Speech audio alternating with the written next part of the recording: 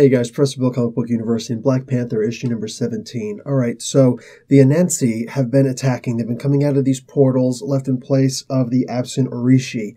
There's a new god in town, basically, and he's the twice-risen god, and he's apparently wreaking havoc on anyone who's not giving the proper fealty, which, yeah, one hell of a god, right?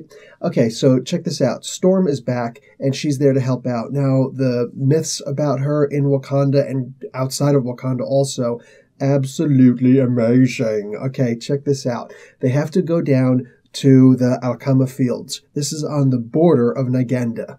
So this is a highly contested area. Not really. Wakanda's got the protection of its fortress cities, the Benin, but for the most part, it's still, this is the least protected area of Wakanda, all the way down to the south. So they go down there to try and stop these man-spiders, the Anansi, coming through the portals. And while they get down there, first off, it's awesome that Storm is being worshipped the way that she is. And I'm going to get more on that in a bit. But they go down there and they're getting ready. They're in a surprise formation. Storm is flying over top. She's like, oh, here they come. They're right on top of you. It's a freaking army. Well, you know, Black Panther's like, bring the noise, baby. I got a whole squad right here. My squad versus their army? Bring it. So, but all of a sudden, some gigantic telepathic attack occurs, and it stuns everybody long enough that these Anansi are coming in, and they're tearing through the Black Panther squad like it's a bloodbath. But fortunately, T'Challa has the sense of mind, the wit to hit his Aegis, his psychic Aegis, which Aegis is a Greek word for shield, and basically his psychic barriers go up. He yells at everybody else, put up your shields. So they hit their button, their psychic shields go on. Wow, man, that was messed up. But these guys recover and they start kicking some butt.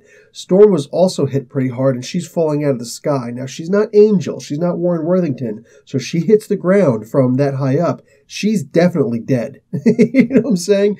But, what do you call it? Black Panther calls to her, hey, Aurora, wake up. And she's like, huh, what? Oh, hey, I was taken off guard. But fortunately, she's able to overcome without the psychic shield because she's got her own built-in defenses. She was, after all, trained by Professor Xavier. So there's that. But, you know, again, taken off guard, I fully understand. So, boom, they turn around and they literally turn the tide of this battle and the Anansi start fleeing fast. But Black Panther finds some wounded. It's a shame. I would have been like, okay, leave 2 men behind, take care of these wounded, but no, we need to kick these guys' butt. Otherwise, there's just going to be more wounded later on. Yeah, so I don't agree with the Black Panther in this, but whatever. Regardless, they bring people back, and they do accomplish something that I wouldn't have if I were in charge. I would have tried to kill all those Anansi, but of course, there would always been more Anansi, right? But the Black Panther does, however, do something that I wouldn't have been able to accomplish, and that is get the faith of the people strong again. Get them to start believing in the Orishi, or the very least, which I think is what Black Panther is going to be trying to do, get the people to start believing in something else instead. Now, back to the idea of Storm being worshipped. This is how we discovered Storm. This is the original Storm. I grew up after the X-Men were released. The giant-sized X-Men, issue number 1, and then issue number 94 and on.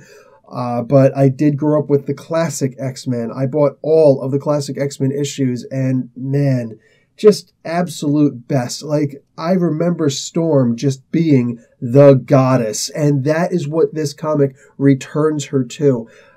Quite frankly, look, I don't want her to be in charge of the X-Men anymore. I like Kitty Pryde being in charge of the X-Men and Jean Grey over here, but I still remember Aurora being the goddess, and I want her to be that again. And here in this comic, she is. So I'm hoping that she's going to stick around. I'm hoping that Ta-Nehisi Coates has the authority to keep her in the Black Panther comics for a little while. Because do I want them to get married again? Kind of. Yeah, kind of do. But I would honestly like the situation with Fox to be worked out first. Honestly, personally, because I would love to see that in the comics. Either way, guys, my personal preferences aside, I'm giving this comic an A-. This was a gorgeous comic. Oh my God, the story is being progressed in a very excellent way that I feel that Black Panther is trying to get the people to eventually start believing in themselves. So yeah, kind of our Western ideology of modernism.